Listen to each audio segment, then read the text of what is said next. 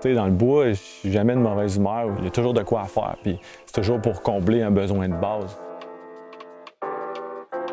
Je m'appelle Alexis Pajot, je suis photographe et un pas pire tripeux de plein air.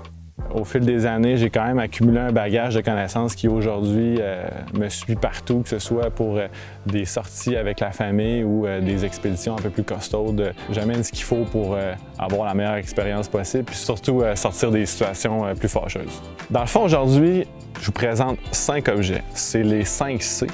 Puis c'est des objets qu'on devrait tous avoir lorsqu'on va en forêt, que ce soit pour prendre une marche ou faire une longue expédition de plusieurs jours, ou même de sortir en famille. Le premier objet, c'est un contenant. Puis aussi très pratique, c'est d'avoir une bouteille qui est en métal. Si on prend de l'eau qui n'est pas potable, donc dans un lac ou dans une rivière, bien, si on la fait bouillir dans le contenant, bien, après ça, c'est prêt à emporter, on peut repartir puis on a de l'eau potable.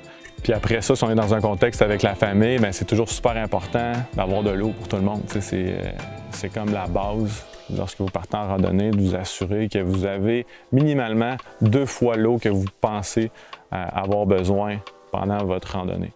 Après ça, le deuxième objet, c'est une toile qui est couvrir dans les 5 C.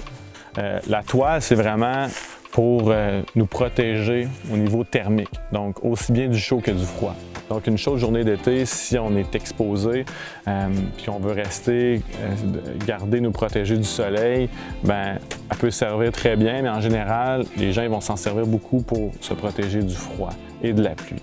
Donc si on est en mode survie, on va l'installer plus près du sol pour que si on fait un feu, la chaleur reste plus près, ou on peut installer une immense toile de 30 pieds pour que toute la famille reste à l'abri et qu'ils puissent jouer aux cartes tranquille, un week-end qui mouille. Un autre objet, c'est le couteau. Donc, il existe plusieurs types de couteaux. Lui que je conseille, si c'est pour une expédition, ben, c'est un couteau assez épais là, qui va permettre de couper des bons troncs d'arbres. Puis c'est un décuplateur, on peut se fabriquer d'autres outils avec cet outil-là. Le quatrième objet, c'est le combustible. Donc, on est toujours dans les C, là, mais c'est le feu.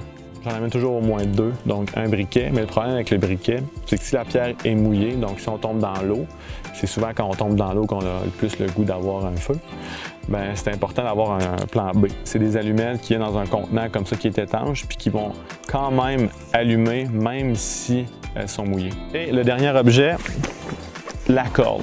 Et ça, c'est de la paracorde. Donc, c'est de la corde qui est faite un peu plus pour des expéditions parce qu'elle se défait en plus petites fibres.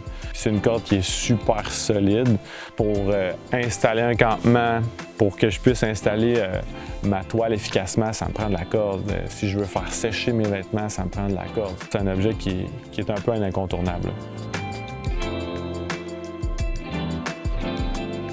Sinon, pour vos expéditions cet été, je vous souhaite d'avoir du fun, mais de surtout être bien préparé.